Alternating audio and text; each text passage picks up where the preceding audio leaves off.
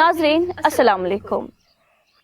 आप देख रहे हैं cancercare.jk और पे न्यूज। जैसा कि हम हर हफ्ता आप तक कैंसर के रिलेटेड एक न एक एपिसोड पहुंचाते रहते हैं, आज भी और एक एपिसोड लेकर हम आपकी खिदमत में हाजिर है।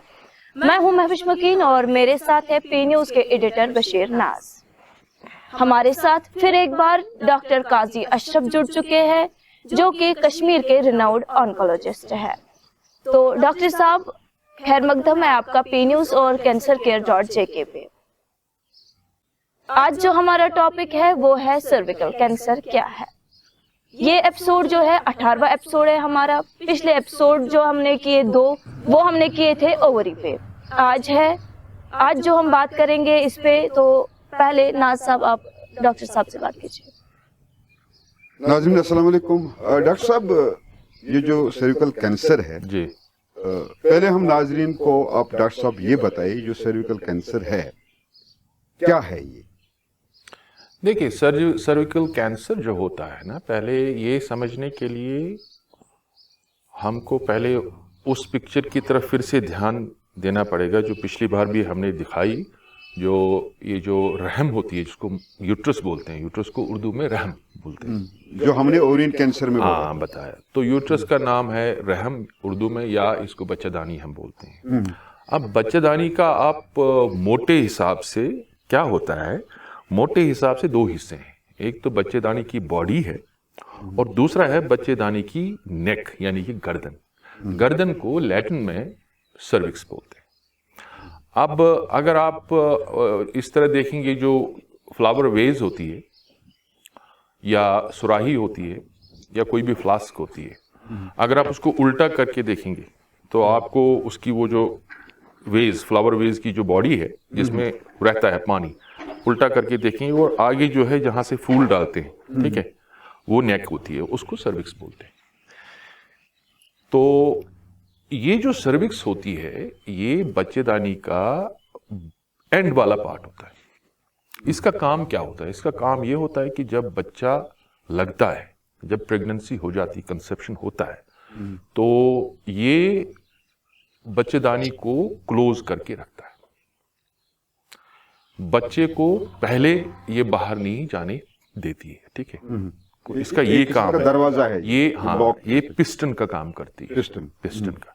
और जब टाइम आता है डिलीवरी का, तो उस वक्त आहिस्ता आहिस्ता आहिस्ता ये जो हार्मोन जो बॉडी में रहते हैं प्रेग्नेंट लेडी के, प्रेग्नेंट गर्ल के, तो आहिस्ता आहिस्ता उस पर जब इनका असर हो जाता है तो आहिस्ता आहिस्ता नरम पड़ जाती है।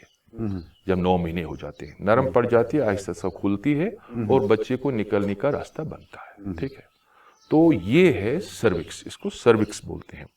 बच्चेदानी और सर्विक्स में ये डिफरेंस है। और भी डिफरेंस कुछ है, क्योंकि जो सर्विक्स होती है वो हार्ड होती है बच्चेदानी से। बच्चेदानी जो मेन बच्चेदानी होती है वो काफ़ी सॉफ्ट होती है, मसल की होती है।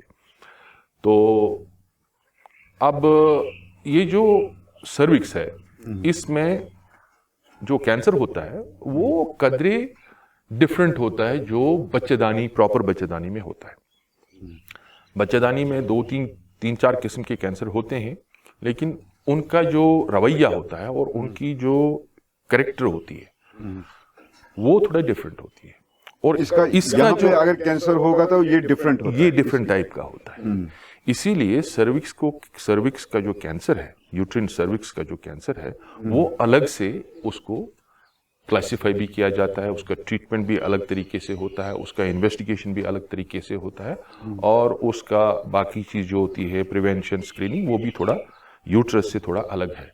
क्योंकि मैं आपको ये बताऊं कि ये जो सर्विक्स है, पिछली बार हमने कहा कि जो ओवरी है, यानी कि अंडादानी जो होती है, ओवरी के कैंसर को डिटेक्ट करना बहुत मुश्किल होता है अर्ली स्टेज में। अब यूट्रस का जो है, यूट्रस की बॉडी जो है, उसका भी कैंसर डिटेक्ट करना अर्ली स्टेज में कदरे डिफिकल्ट होता है। लेकिन ये जो सर्विक्स है, इसमें एक खसूसियत ये है, ये एक्सेसिबल है इन्वेस्टिगेशन के लिए। लिहाजा इसका कैंसर जो है, अगर फीमेल्स कदरे हुशार रहें तो इसको बहुत अर्ली स्टेज पर इसको हम डिटेक्ट कर सकते हैं, होगी एक बात। और दूसरी बात यह है कि जब ये शुरू होता है, शुरू तो ये होता है वो कैंसर की तरफ जब बढ़ता है, ठीक है, तो बराबर मुकम्मल कैंसर बनने में 10 साल लगते हैं यहाँ पे इसमें सर्विक्स में। तो 10 साल काफी लंबा अरसा है जिसमें ट्रीटमेंट के लिए, ट्रीटमेंट के लिए नहीं, के लिए, तशखीस करने के लिए, बाकी सब चीजें अर्ली स्टेज में इसको डिटेक्ट करने के लिए। तो ये एक अहम चीज है सर्विक्स के कैंसर में। और सब मैं यहाँ पे एक बात बताऊंगा, पहली बार नहीं, पहले एक बार और मैं बताऊंगा, बाद में भूल जाऊंगा। ये एक वाहिद कैंसर है जो फीमेल में होता है, फीमेल का वाहिद कैंसर है जो 30 से 40 साल के बीच में हो जाता है मैक्सिमम, यानी कि 80%, 80% कैंसर इसके 30 से 40 साल के एज में, यानी कि जो रिप्रोडक्टिव एज होती है उसमें ये हो जाता है, उसमें होता है। उसके वजूहात की क्यों होता है वो भी हम बात करेंगे। अब जो पोस्ट मेनोपॉजल होते हैं, जिनको मतलब जिनका मेंसेस बंद हो जाता है, पीरियड्स बंद हो जाते हैं, उनमें भी ये होता है, लेकिन इसका तादाद बहुत कम है। ये भी इसकी एक बहुत खुसूसियत है, खासियत है। तो 30 से 40 साल की एज के बीच में ये कैंसर काफी पाया जाता है। मैं ये कह रहा था कि आज पहली बार हमारे 18वें एपिसोड पे हम आए थे, आज आपने कैंसर के बारे में पहली बार बोला कि कोई कैंसर ऐसा है जिसको जल्दी डिटेक्ट अर्ली स्टेज पे। चलो नाज़रीन के लिए खुशखबरी है कि ऐसा भी है कि अर्ली स्टेज में भी ये वाला कैंसर डिटेक्ट तो होता है। सही बात है। तो कैसे होता है असल में ये कैंसर? देखिए, अब पहले मैं आपको थोड़ा सा आदाद शुमार इसका बता दूंगा कि क्या है, किस तरह है, कितना लोड है। देखिए, एक ज़माना था इसका इंसिडेंस, यानी कि इसका जो मतलब जो लोग इस कैंसर में मुब्तला होते थे वो काफ़ी था, वो काफ़ी ज़्यादा था। अब फीमेल्स में नंबर 1 में आता था ये। अगर हम इस वक्त देखेंगे ओवरऑल दुनिया में ये अभी भी तीसरे नंबर पर आता है, लेकिन उसका कंट्री वाइज वेरिएशन है। फॉर एग्जाम्पल जो डेवलप्ड वर्ल्ड है, यानी कि यूएसए, यूरोप, वेस्ट, उसमें ये कम पाया जाता है। उसकी वजह क्या है वो हम करेंगे। पहले तो काफ़ी था, अब कम हो गया है। अब मिडिल ईस्ट और इसराइल में खासकर इसकी तादाद बहुत कम है। हमारे खित्ते में जो कश्मीर, वादी कश्मीर जो है, यहाँ पर की इसकी तादाद कम रहती है, ठीक है। लेकिन ओवरऑल कम अज कम 5 लाख से ज़्यादा 5,70,000 लोग एक साल में इस कैंसर में मुब्तला हो जाते हैं, और उसमें से कम से कम 3 लाख मौतें हो जाती हैं। 3 लाख से ज़्यादा मौतें हो जाती है सालाना।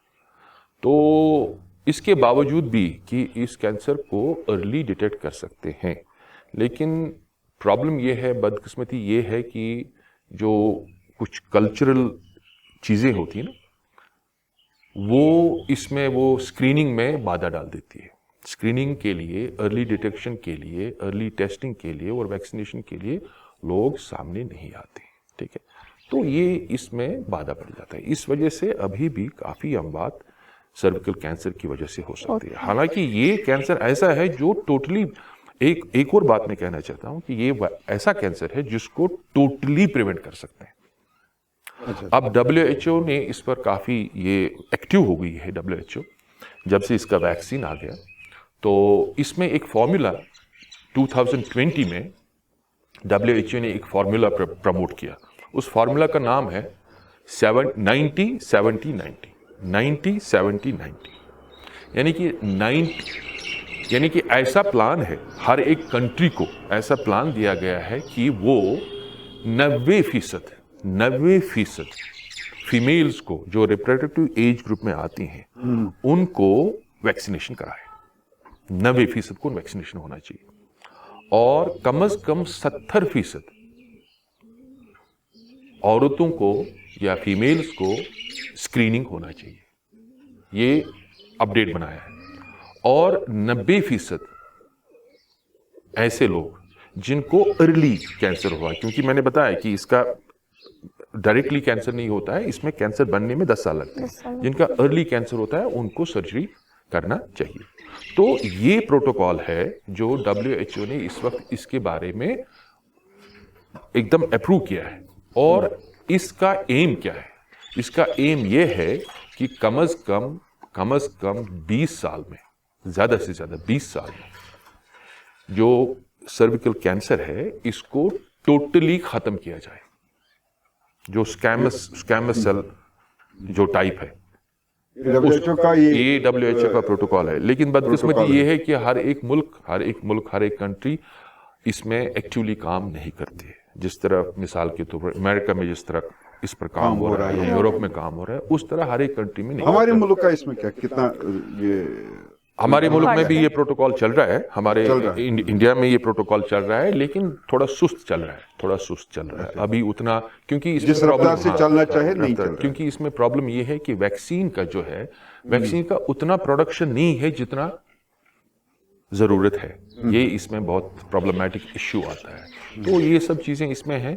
तो लिहाजा ये एक ऐसी बीमारी है, एक ऐसा कैंसर है जिसको प्रिवेंट ही नहीं, जिसको एकदम इरेडिकेट भी कर सकते हैं। जिस तरह स्मॉल पॉक्स को इरेडिकेट किया गया, जिस तरह polio almost eradicate, measles eradicate किया, उसी तरह इसके भी चांसेस है कि ये इरेडिकेट हो सकता है, बशर्ते कि इसका एक प्रोटोकॉल जो है 90-70-90 प्रोटोकॉल को इम्प्लीमेंट किया जाए। हर एक कंट्री इसको इम्प्लीमेंट करे और लोग भी सामने आए, जो फीमेल्स हैं वो भी सामने आए इस चीज़ के लिए, और लोग भी इसका वैक्सीनेशन के लिए इसमें कोऑपरेट करें।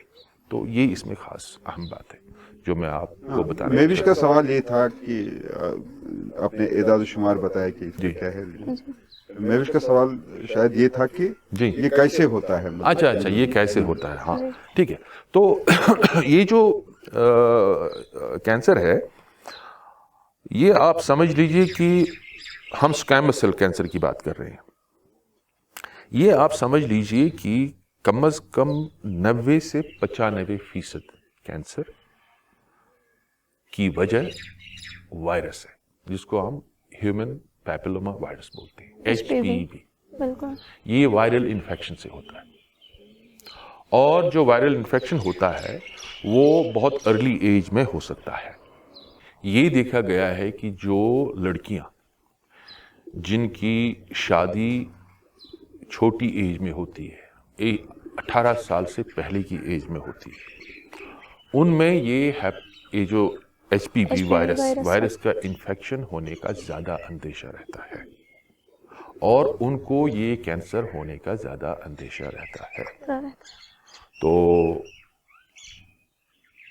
कम अज़ कम अगर किसी बच्ची का, अगर किसी लड़की का, अगर किसी औरत का ये इन्फेक्शन होता है, तो ये देखा गया है कि कम अज़ कम 90% पेशेंट्स, 90% लोग इस वायरस को 1 साल में क्लियर कर सकते हैं, अगर इम्यूनिटी सही हो, अगर इम्यूनिटी अच्छा हो, अगर बॉडी एकदम हेल्दी हो। ये 1 साल में इसको क्लियर कर सकता है। लगभग 10% लोग जो हैं, 10% इसको क्लियर नहीं कर सकते हैं। और उसमें क्या वजूहात है? वजूहात ये है कि जो औरतें, जो लड़कियां स्मोक करती हैं, सिगरेट पीती हैं, उनमें ये वायरस आसानी से सर्विक्स से क्लियर नहीं होता है। अगर आप देखेंगे आजकल, पहले ज़माने में तो ऐसा था, ज़्यादा ये औरतों में तंबाकू, फीमेल्स में तंबाकू, ये सिगरेट का मतलब ये इस्तेमाल बहुत ही कम होता था, ना होने के बराबर होता था। लेकिन अगर आप कभी भी एयरपोर्ट पर जाएंगे, एयरपोर्ट पर देखेंगे, स्मोकिंग रूम में देखेंगे, आप 2, 4, 5 लड़कियों को उधर देखेंगे स्मोक करते हुए।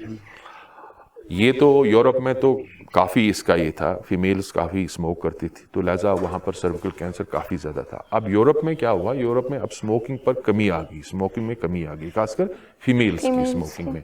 लेकिन यहाँ पर एशिया में और इंडिया इंक्लूडेड, यहाँ पर लड़कियों के स्मोकिंग में इंडल्ज होने के ये जो परसेंटेज है वो बढ़ती जा रही है। तो लिहाजा ये दिमाग में रखना चाहिए कि जो स्मोकिंग है, जो फीमेल स्मोकिंग करती है, वो इस वायरस को आसानी से क्लियर नहीं कर सकती है। तो उनमें ये सब अंदेशा रहता है। ये वायरस प्रोग्रेस करता है फिर कैंसर में। तो ये इसकी तो अहम एक ही वजह है, वो है HPV इन्फेक्शन। ये तो एक सबसे अहम, और बाकी जो वजूहात हैं वो कुछ उसमें देखते हैं, इन्फेक्शन हो, किसी किस्म का इन्फ्लेमेशन हो, वो सब चीज़ तो रहता है, लेकिन उनका रोल इसमें ज़्यादा नहीं है। नहीं है। इस कैंसर में ये वाहिद कैंसर है जिसमें लगभग 100% रोल जो होता है 90% से अलावा रोल रहता है सिर्फ इस वायरस का। लिहाजा इस वायरस को अगर हैंडल किया जाए, इस कैंसर को आराम से इस प्रिवेंट भी कर सकते हैं। ये जो वायरस है जी, HPV, ये कहाँ से आता है, किस तरह आता है, ये वायरस कहाँ से? देखिए ये वायरस तो ह्यूमन बॉडी में किस तरह एंटर करता है? ह्यूमन बॉडी में तो एंटर करने का तो इसका मतलब जो सर्विक्स में एंटर करने का है वो तो सेक्सुअल कांटेक्ट है। अगर मेल में होगा तो फीमेल में ट्रांसफर होता है, ठीक है। इस तरह फीमेल में होगा तो मेल में ट्रांसफर होता है, जिस तरह वायरस फैलता रहता है, ठीक है। तो ये जैसे मैंने बताया कि अगर कोई लड़की जिसकी शादी बहुत पहले हो, आई मीन 18 साल या 17 साल से पहले हो, तो उसमें ये देखा गया है कि इसमें ये जो वायरस है, जब वायरस घुसता है फिर उसका बच्चा हो जाता है, अर्ली एज में बच्चा हो जाता है, तो ये देखा गया है कि उसमें थोड़ा इस चीज़ का ये क्या बोलते हैं खतरा ज़्यादा रहता है, ज़्यादा रहता है। और कुछ फीमेल्स ऐसी होती हैं जो रेगुलरली 5 साल से ज़ायद टाइम तक वो कॉन्ट्रासेप्टिव पिल खाते हैं, जिसको बोलते हैं कैंसर में बर्थ कंट्रोल। अब 5 साल तक अगर इंटरमिटेंटली कोई खाए तो उसे ओवरियन कैंसर और यूट्राइन कैंसर में रुकाने में मदद मिलता है। लेकिन 5 साल से ज़ायद जो कंटिन्यू करता है, ठीक है, तो उनमें भी ये देखा गया है कि उनमें ये हेपेटाइट, ये जो HPV है, ये जो वायरस है, वायरस आसानी से क्लियर नहीं होता है और कैंसर होने के चांसेस ज़्यादा रहते हैं। तो वही एक कोरिलेशन है, क्योंकि अगर किसी बच्ची की शादी बहुत जल्दी हो जाती है, उसकी प्रेगनेंसी बहुत जल्दी हो जाती है, और प्रेगनेंसी में तो ये जो हार्मोन्स होते हैं, हार्मोन्स का बैलेंस चेंज हो जाता है, तो नेचुरली ये भी एक वजह है कि उन ऐसी लड़कियों में फिर ये कैंसर होने के चांसेस रहते हैं। अब ये जो वायरस है, इस वायरस के कम से कम 100 टाइप्स हैं, जिनको गिनती करके 1 2 3 4 5 6 इस तरह हम बोल सकते हैं। अब 100 वायरस में लगभग 70 किस्म के वायरस जो हैं वो उनका इसके साथ कोई लेन देन नहीं है, कैंसर के साथ कोई लेन देन नहीं है। लेकिन 30 वायरस देखे गए हैं जिनका कैंसर होने के साथ लेन देन है। कुछ वायरस मुंह में भी कैंसर करते हैं, जब मुंह में कैंसर होता है वो भी HPV से हो सकता है। ये ज़रूरी नहीं है कि मतलब सिर्फ यूट्रस में। अभी हम सर्विक्स की बात कर रहे हैं, इसलिए हम सर्विक्स पर महदूद रह रहे हैं। तो लेकिन इन 30 वायरस में से जो ज़्यादा इम्पॉर्टेंट है वो 2 वायरस है, वो है जो इसमें ज़्यादा पाए जाते हैं। 2 ही वायरस हैं, जो 2 ही टाइप हैं जो इसमें ज़्यादा पाए जाते हैं। तो उनका क्या होता है, वो क्या करते हैं, वो एक किस्म का प्रोटीन बनाते हैं। ये जो वायरस होता है ये एक किस्म का प्रोटीन बनाता है जिसको ई बोलते हैं, प्रोटीन ई। और उसके बहुत सारे किस्म है, 10-15 किस्म है उसके। और 6 और 7 E6 E7 6 और 7 ऐसे प्रोटीन है जो नंबर 16 और नंबर 18 बनाता है। HPV 16 और HPV 18 ये 2 खतरनाक वायरस हैं, ये जो इस प्रोटीन को बनाते हैं। और यही जो प्रोटीन है ये सर्विक्स की सेल्स में, सर्विक्स की लाइनिंग में घुस जाता है, ठीक है, और ये उसमें जीन्स को चेंज करता है, जिसमें P53 बहुत इंपॉर्टेंट रहता है और RB जीन बहुत इंपॉर्टेंट रहता है। अब ज़िमनी में इस पर बात करना चाहता हूं कि देखिए, अगर आप देखेंगे जो कश्मीर है, कश्मीर और इसराइल, यहाँ पर इस कैंसर की अल्हम्दुलिल्लाह इसकी तादाद कम है, उतनी ज़्यादा नहीं है। जितनी यहाँ पर ओवरी की कैंसर की तादाद होती है उतनी ज़्यादा इसकी तादाद नहीं है। अब उसकी वजह क्या है? उसकी वजह तो बहुत सारी उसमें थ्योरीज आती हैं। उसकी एक वजह बताया जाता है कि जो हम ये खुतना करते हैं ना, खुतना करते हैं, उससे इस पर असर पड़ता है। लेकिन उसमें कुछ कंट्रोवर्सी भी चल रही है। क्या होता है कि ये जो कैंसर है, सर्विकल कैंसर, इसमें एक जीन P53 का डिरेंजमेंट हो जाता है E67 से। इस प्रोटीन जो बनाता है ये P53, और ये देखा गया है जो इसराइली है, जो जूस है, उनमें P53 का सिग्नेचर जो होता है वो, और कश्मीरियों में P53 का सिग्नेचर जो है वो लगभग सेम है। तो इसराइल में कहीं ना कहीं उनके साथ जोड़ है, हो सकता है, वो तो है ही है। और जिस तरह इजराइल में आप देखते हैं कि इसकी इंसिडेंस कम है इस कैंसर की, उसी तरह हमारे कश्मीर में उसकी इंसिडेंस कम है। नहीं तो अगर ये सर्कमसिशन से होता, हालांकि अगर देखा जाए अरब ममालिक में भी इसकी तादाद कदरे कम है, लेकिन अगर आप इंडिया, इंडोनेशिया और बाकी साउथ ईस्ट एशिया में देखेंगे जहां मुस्लिम की तादाद काफ़ी ज़्यादा है, वहां पर तो सब लोग सर्कमसिशन करते हैं, लेकिन वहां पर इस सर्विक्स कैंसर की तादाद उतनी कम नहीं है। तो लिहाजा इसमें कुछ जेनेटिक जो P53 का इसमें उसमें कुछ है, इसका मतलब कनेक्शन है। तो डॉक्टर साहब, आप वैक्सीन की बात कर रहे थे, वैक्सीन और स्क्रीनिंग का क्या रोल है इसमें? हाँ, इसमें तो काफ़ी ज़्यादा रोल है। ये देखिए, मैं जब हम बात कर रहे थे, ब्रेस्ट पर बात कर रहे थे, तो उस वक्त भी हमने बोला कि स्क्रीनिंग का उसमें रोल है। अब ये जो CA सर्विक्स है, इसमें जितना स्क्रीनिंग का रोल है उतना शायद ही किसी कैंसर में है। तो स्क्रीनिंग क्या होता है?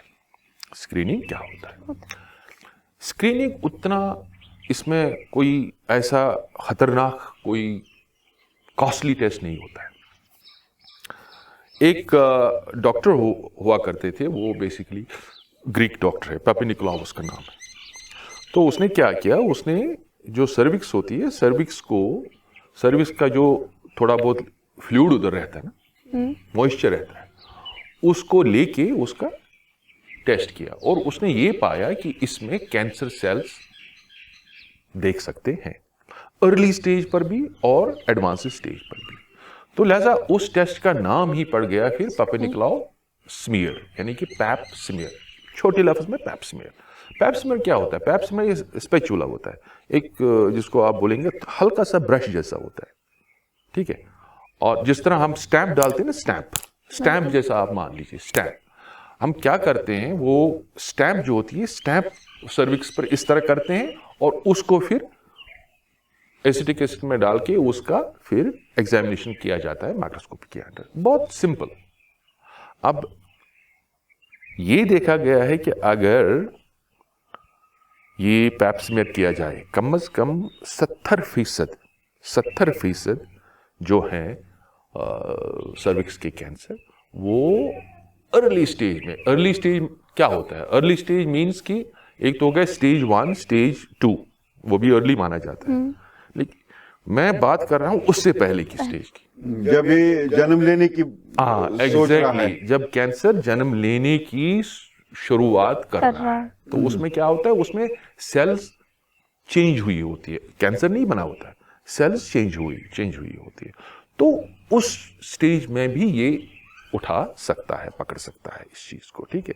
तो लिहाजा ये जो पैप स्मीयर है, ये बहुत ही उम्दा एक स्क्रीनिंग टूल है, स्क्रीनिंग टेस्ट है, जिसको यूज करना चाहिए हर एक फीमेल को जो मतलब रिप्रोडक्टिव एज ग्रुप में आती है। हर एक फीमेल पर यूज कर सकते हैं इसको, और करना भी चाहिए, ठीक है, खासकर उनको जिनकी शादियां हो गई, क्योंकि इसका जो स्क्रीनिंग का जो प्रोटोकॉल है वो हर 3 साल के बाद किया जाता है, यानी कि 21 साल की एज के बाद शुरू होता है। 21 साल से 30 साल तक, 21 साल से 30 साल तक ये 3 साल के बाद होता है। और उसके बाद इसका जो अगर नॉर्मल रहा, अगर सारा कुछ नॉर्मल रहा, उसके बाद इसमें वक्फा बढ़ा सकते हैं। करना चाहिए 65 साल तक, ठीक है, स्क्रीनिंग रहना चाहिए, लेकिन 30 साल के बाद इसका वक्फा हम बढ़ा सकते हैं। तो बजाय 3 साल के 5 साल के वक्फे के बाद कर सकते हैं, ठीक है। क्योंकि क्या देखा गया है कि जो मैक्सिमम जो इन्फेक्शन जो हो जाता है 14-15 साल की एज में, जब इन्फेक्शन हो जाता है तो 20-25 साल की एज में ये शुरुआत जो होता है, शुरुआत होने लगते हैं, और 30 साल से 35 या 40 साल तक ये कैंसर बाज़ाब्ता कैंसर बन जाता है, अगर उसको ऐसे ही छोड़ा जाए। तो अगर स्क्रीनिंग हो जाती है तो स्क्रीनिंग से क्या फ़ायदा मिलता है? अगर 20-21 साल की एज से स्क्रीनिंग, सेक्सुअली जो एक्टिव हैं उनकी स्क्रीनिंग शुरू हो जाए, तो 30 साल तक, इस 10 साल की गैप में जो भी शुरुआत हुए हैं इसके, जिस तरह इन्होंने बताया कि वो जन्म होने लगता है कैंसर, तो उसको उसी स्टेज पर उसको निकाल के, उसका टेस्ट करके उसको रिमूव कर सकते हैं। डॉक्टर साहब, आप यहाँ पे बोल रहे हैं कि 18 एज तक का खतरा ज्यादा रहता है, किसका? इस कैंसर का 18 18 इयर्स एज, अगर किसी की शादी 18 ईयर से पहले उनको चांसेस ज्यादा है। डॉक्टर साहब यंग एज यंग एज ना, जो माइनर, अगर हम बताएंगे माइनर गर्ल्स की अगर शादी हुई है उनको चांसेस ज्यादा है।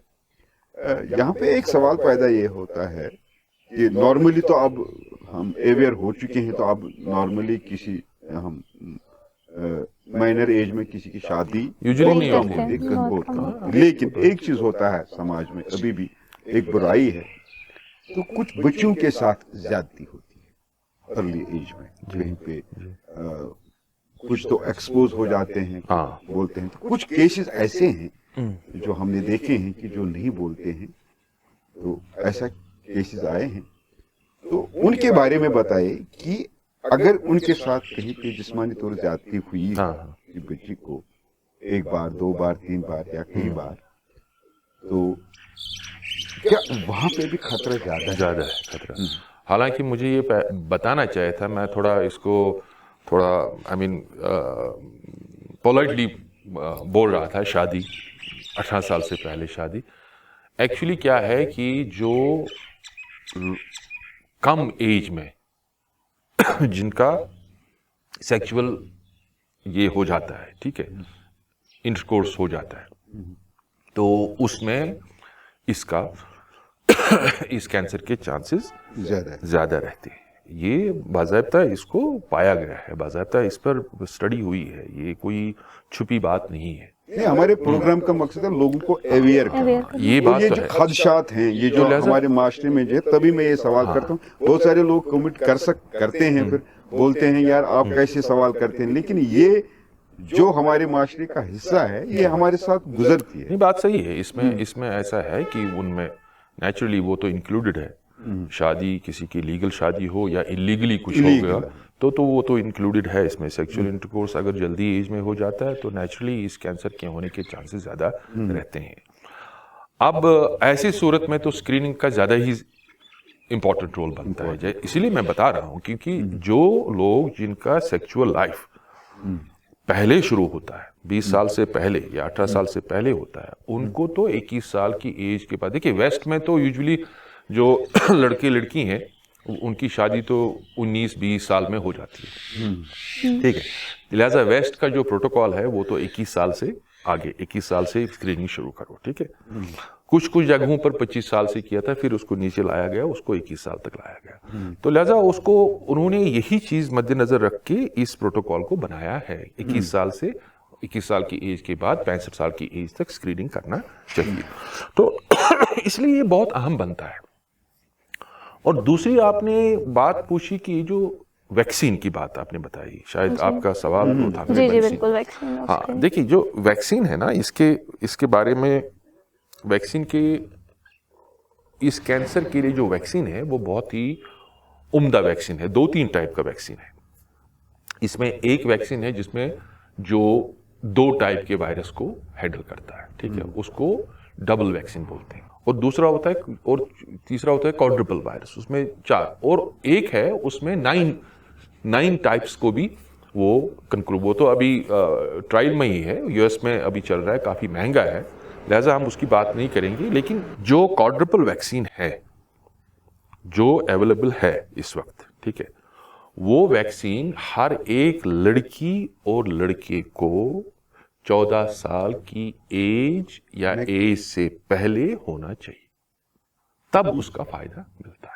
हालांकि वैक्सीन किसी एज में भी कर सकते हैं, इसमें कोई ये नहीं है, लेकिन उसके लिए ये जरूरी होता है, मिसाल के तौर पर आपकी एज 35 साल है, ठीक है, तो आप आ गए, आप बोल रहे हैं कि भाई मैं भी वैक्सीन करना चाहती हूँ, आप भी वैक्सीन कर सकते हैं, लेकिन उसमें शर्त यह है कि आपका जब पैप्समियर हो जाएगा और आपका एचपीवी टेस्टिंग होना चाहिए। पहले आपका ये देखना पड़ेगा कि आपको इन्फेक्शन हुआ है कि नहीं हुआ है। नहीं हुआ, क्योंकि कुछ लोग ऐसे होते हैं जिनको एचपीवी वायरस इन्फेक्शन नहीं होता है, ठीक है। अगर आपको नहीं हुआ है तो आप भी वो वैक्सीन ले सकते हैं, अगर आपने वैक्सीन 14 साल की एज में नहीं किया। लेकिन ये जो WHO का प्रोटोकॉल है उसके हिसाब से 14 साल की एज तक बोथ लड़की और लड़का दोनों का वैक्सीनेशन होना चाहिए। तभी मैंने बताया जो 90% मैं बता रहा था ना, 90% वैक्सीनेशन, ये बहुत ही ज़रूरी है अगर हम एज ए सोसाइटी, देखिए गवर्नमेंट के ऊपर तो सारा डालना मेरे ख्याल में वो सही चीज़ नहीं है। इसमें हमारा अपना रोल काफ़ी ज़्यादा है as a society. As a society हमको इसके बारे में संजीदगी से सोचना चाहिए, फैमिलीज में इसके बारे में संजीदगी से सोचना चाहिए, पेरेंट्स को इसके बारे में संजीदगी से सोचना चाहिए कि बच्चों को जब जहाँ बाकी वैक्सीन होते हैं, पोलियो का वैक्सीन होता है, मीजल्स का MMR होता है, वहाँ ये वैक्सीन भी अगर हो जाए तो बहुत अच्छी बात है। हालांकि यहाँ पर सर्विकल कैंसर का लोड उतना ज़्यादा नहीं है जितना यूट्रस और ओवरी का लोड है, लेकिन फिर भी जब तक ये वैक्सीनेशन पूरे 90% पॉपुलेशन में थ्रू आउट हो जाती है। देखिए क्या होता है इसमें, मिसाल के तौर पर अमेरिका एक डेवलप्ड कंट्री है, ठीक है, वो अफोर्ड कर सकते हैं वैक्सीन को, ठीक है, मिसाल के तौर पर उन्होंने सारी पॉपुलेशन को उन्होंने वैक्सीनेशन किया। लेकिन यहाँ पर इंडिया में 50% पॉपुलेशन को वैक्सीनेशन हो गया, तो लिहाजा ये जो US में आपने 100% पॉपुलेशन को वैक्सीनेशन किया उसका कोई फायदा नहीं मिल रहा है, क्योंकि ये हर्ड इम्यूनिटी, इसमें एक कॉन्सेप्ट है जिसको हर्ड इम्यूनिटी बोलते हैं। उसमें कम से कम 80% पॉपुलेशन में इम्यूनिटी होनी चाहिए, तभी इसको इराडिकेट। जैसे फॉर एग्जांपल चीचक की बात थी, चीचक में पूरा जब स्टार्ट हो गया WHO ने, तो हर एक जगह वैक्सीनेशन हो गई। जब तक पूरे वर्ल्ड में वैक्सीनेशन का वो 90% या कोविड में 90% नहीं हुआ, तब तक उसको कंट्रोल करना मुश्किल है। इसीलिए ये बहुत इंपॉर्टेंट चीज़ है। अगर हम वाकई में सीरियस सिटीजन, हमको ये सोचना चाहिए कि ये जो कैंसर है ये प्रिवेंटेबल कैंसर है और इस कैंसर को हम प्रिवेंट अच्छी तरह कर सकते हैं। लिहाजा इस कैंसर के मुकाबले में हमारे पास वैक्सीन है, तो वैक्सीन के जरिए इसको रोक सकते हैं। अच्छा डॉक्टर साहब, वैक्सीन स्क्रीनिंग जी और इस तरह होता है, कुछ सिम्टम्स दिखते हैं इसमें? हाँ, इसमें सिम्टम्स होते हैं। देखिए अब क्या होता है, जब किसी पेशेंट का, फॉर एग्जांपल कोई पेशेंट है, उसमें जैसे आपने बोला कि जन्म रहा है, कैंसर जन्म रहा है, ठीक है, तो यूजुअली जब कैंसर जन्मता है उस वक्त कोई खास सिम्टम किसी का नहीं होता है। अगर आप बाकी जगह, मतलब ब्रेस्ट का कैंसर है या स्टमक का कैंसर या कोई भी कैंसर है, उसमें वो सिम्टम उतना ज़्यादा नहीं होता है। लेकिन सर्विक्स में क्या होता है, इसमें थोड़ा बहुत हो सकता है सिम्टम, क्योंकि इसमें थोड़ा फ्लूइड ज़्यादा आएगा, इसको लिकोरिया बोलते हैं, कभी कभी लिकोरिया हो जाता है, कभी कभी डिस्चार्ज होता है, तो ये इसमें होता है, स्टार्ट से ही होता है। तो लिहाजा जो भी फीमेल रिप्रोडक्टिव एज में है और जिसका डिस्चार्ज थोड़ा ज़्यादा होता है, उसके लिए तो ज़रूरी बनता है कि उसका पैप स्मीयर होना चाहिए, स्क्रीनिंग टेस्ट होना चाहिए, ठीक है, और HPV टेस्टिंग होना चाहिए। अगर HPV टेस्टिंग से ये पता चले कि इसमें इन्फेक्शन नहीं है, इसका वायरस का इन्फेक्शन नहीं हुआ है, तो उसको उचित तरीके से वैक्सीन लेना चाहिए। तो ये हुई एक बात। दूसरी बात, जब ये कैंसर बनता है, जब ये शुरू हो जाता है, तो अर्ली स्टेज 1, स्टेज 2 मैक्सिमम जब तक ये बनता है, तो उसमें जो सबसे आम इसकी जो शिकायत रहती है, आम अलामत रहती है, वो ये होता है कि ब्लीडिंग हो जाती है। जिस तरह पीरियड्स हो जाते हैं, क्योंकि मैंने बताया ये 30 से 40 साल की एज में ज़्यादा होता है, तो क्या होता है, पीरियड्स होते हैं। आप पीरियड्स के बाद जब पीरियड्स स्टॉप हो जाते हैं, फिर तो नेचुरली ब्लीडिंग नहीं होना चाहिए। तो कभी कभी कैसा होता है कि मेंसेस जो पीरियड्स है, पीरियड्स के दरमियान ब्लीडिंग शुरू हो जाती है। और कभी मैक्सिमम तो ऐसे ही होता है कि जब हम बिस्तरी करते हैं, ठीक है, तो उसमें हम बिस्तरी के बाद ब्लीडिंग हो जाती है, ठीक है, तो यूजुअली ऐसे होता है। तो ये एक अहम सिम्टम है इसका, ब्लीडिंग, जो मिसाल के तौर पर जो पीरियड के दौरान हो जाए, ठीक है, या इसके बाद, क्वाइटस के बाद हो जाए। अब दूसरा जो निशानी इसमें जो आम पाया जाता है वो डिस्चार्ज है। अब डिस्चार्ज जब अर्ली होता है, उसमें तो डिस्चार्ज में ज़्यादा स्मेल नहीं होता है, लेकिन जब ये ट्यूमर ऑलरेडी बना होता है, तो क्या होता है, यूजुअली जो फोल स्मेलिंग जिसको बोलते हैं ना, बदबूदार डिस्चार्ज शुरू हो जाता है वजह से। तो ये दो इसकी खास अलामत हैं, और टू सम एक्सटेंट अर्ली अलामत भी हैं। बाकी रहा जब ये फिर ट्यूमर थोड़ा बहुत ज़्यादा इधर उधर फैलता है तो फिर उसके साथ से कभी कभी ऐसा हो जाता है, कभी किडनी का जो यूरेटर होता है जहाँ से यूरिन नीचे आता है, कभी वो ब्लॉक हो जाता है, ठीक है, अब ज़्यादा हो जाता है, पेन शुरू हो जाती है, तो फिर कॉन्स्टिपेशन भी शुरू हो जाती है, या टेनिज्म जिसको बोलते हैं ना, बार बार निकलना वॉशरूम, तो वो भी हो सकता है, खासकर पाखाना के लिए। तो फिर कभी कभी ऐसा भी देखा गया है कि कुछ लोग ऐसे मतलब ये होते हैं कि उनको इस चीज़ के बारे में वो सोचते भी नहीं, उनके दिमाग में नहीं आता, वो तब आते हैं हॉस्पिटल जब इनका किडनी फेलियर हो जाता है। दोनों जो यूरेटर ब्लॉक हो जाते हैं और किडनी फेलियर के, उनका समझ नहीं आता क्या बात है, इन्वेस्टिगेशन करते हैं, देखते हैं कि उधर ट्यूमर है जिसने किडनी की जो पाइप्स है उनको ये ब्लॉक कर दिया है। तो वो तो दूर की साइंस है, उसके बाद तो फिर वेट लॉस भी हो जाता है, बाकी चीज़ होता है, लेकिन अर्ली साइन जो है वो दो ही हैं इसकी, एक तो ब्लीडिंग और दूसरा हो गया ये जो डिस्चार्ज। तो ये दो चीज़ें हो जाए तो ज़रूरी है उस फीमेल के लिए कि वो डॉक्टर के पास जाए और जो इन्वेस्टिगेशन है, ज़रूरी इन्वेस्टिगेशन है, एक तो पैप स्मीयर हो जाएगा इसका और दूसरा एग्जामिनेशन हो जाए तो उससे क्लियर होना चाहिए। अब अगर सिम्टम्स भी मतलब आपने बोले कि सिम्टम्स, तो टेस्ट क्या है इसमें और सीटी स्कैन का क्या रोल है? हाँ जी, सीटी स्कैन हमारा, देखिए पिछली बार जब हम बात कर रहे थे ओवरी के बारे में तो मैंने आपको बताया कि एक ऑर्गेनाइजेशन है जिसको फीगो बोलते हैं, बिल्कुल है ना, वो है Federation Internationale de Gynecologie et de Obstetrique, वो उसका फुल फॉर्म है, फीगो। अब ये एक फेडरेशन है जो इसका प्रोटोकॉल बनाती है, जो हाईएस्ट बॉडी आप मान लीजिए, डिसीजन मेकिंग बॉडी, जो इसका प्रोटोकॉल देती है, इसका गाइडलाइंस हमको देती है, जिन गाइडलाइंस को हम फॉलो करते हैं और उन गाइडलाइंस को के ऊपर हम ट्रीटमेंट या इन्वेस्टिगेशन करते हैं।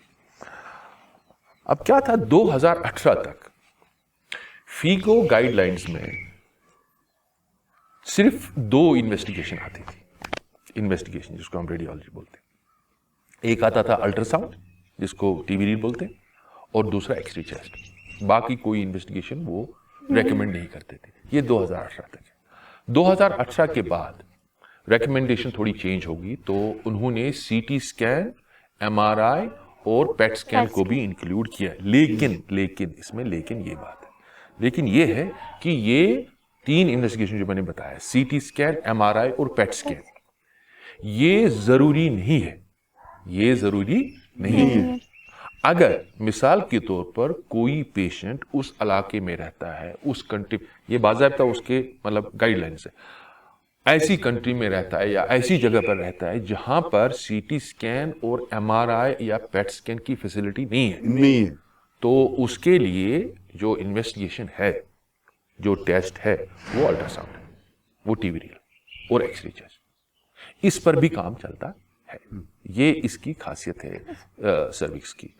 अब जब हम डायग्नोसिस की बात करते हैं तो इसमें जो स्टेज 1 और स्टेज 2, जो अर्ली स्टेज आप मान लीजिए जिसमें हम सर्जरी का, जिसमें प्रोटोकॉल सर्जरी होता है, ऑपरेशन करना पड़ता है, उसमें इन्वेस्टिगेशन से ज़्यादा, सीटी स्कैन, एमआरआई से ज़्यादा डॉक्टर का एग्जामिनेशन इंपॉर्टेंट होता है, फिजिकल एग्जामिनेशन, यानी कि जो सर्जिकल ऑन्कोलॉजिस्ट होता है उसका एग्जामिनेशन ज़्यादा इंपॉर्टेंट होता है उसके, क्योंकि वो एग्जामिनेशन किया जाता है, बायमैनुअल एग्जामिनेशन उसको बोलते हैं, 2 हाथ से उसको अच्छी तरह से एग्जामिन किया जाता है, ठीक है। उस एग्जामिनेशन के बाद अर्ली स्टेज में आपको ज़्यादा और एग्जामिनेशन करने की, ज़्यादा और इन्वेस्टिगेशन करने की जरूरत नहीं, ये इसमें है। उसमें अल्ट्रासाउंड और एक्सरे चेस्ट 2 बेसिक इन्वेस्टिगेशन है, उससे काम जाता है। लेकिन जब किसी की डिजीज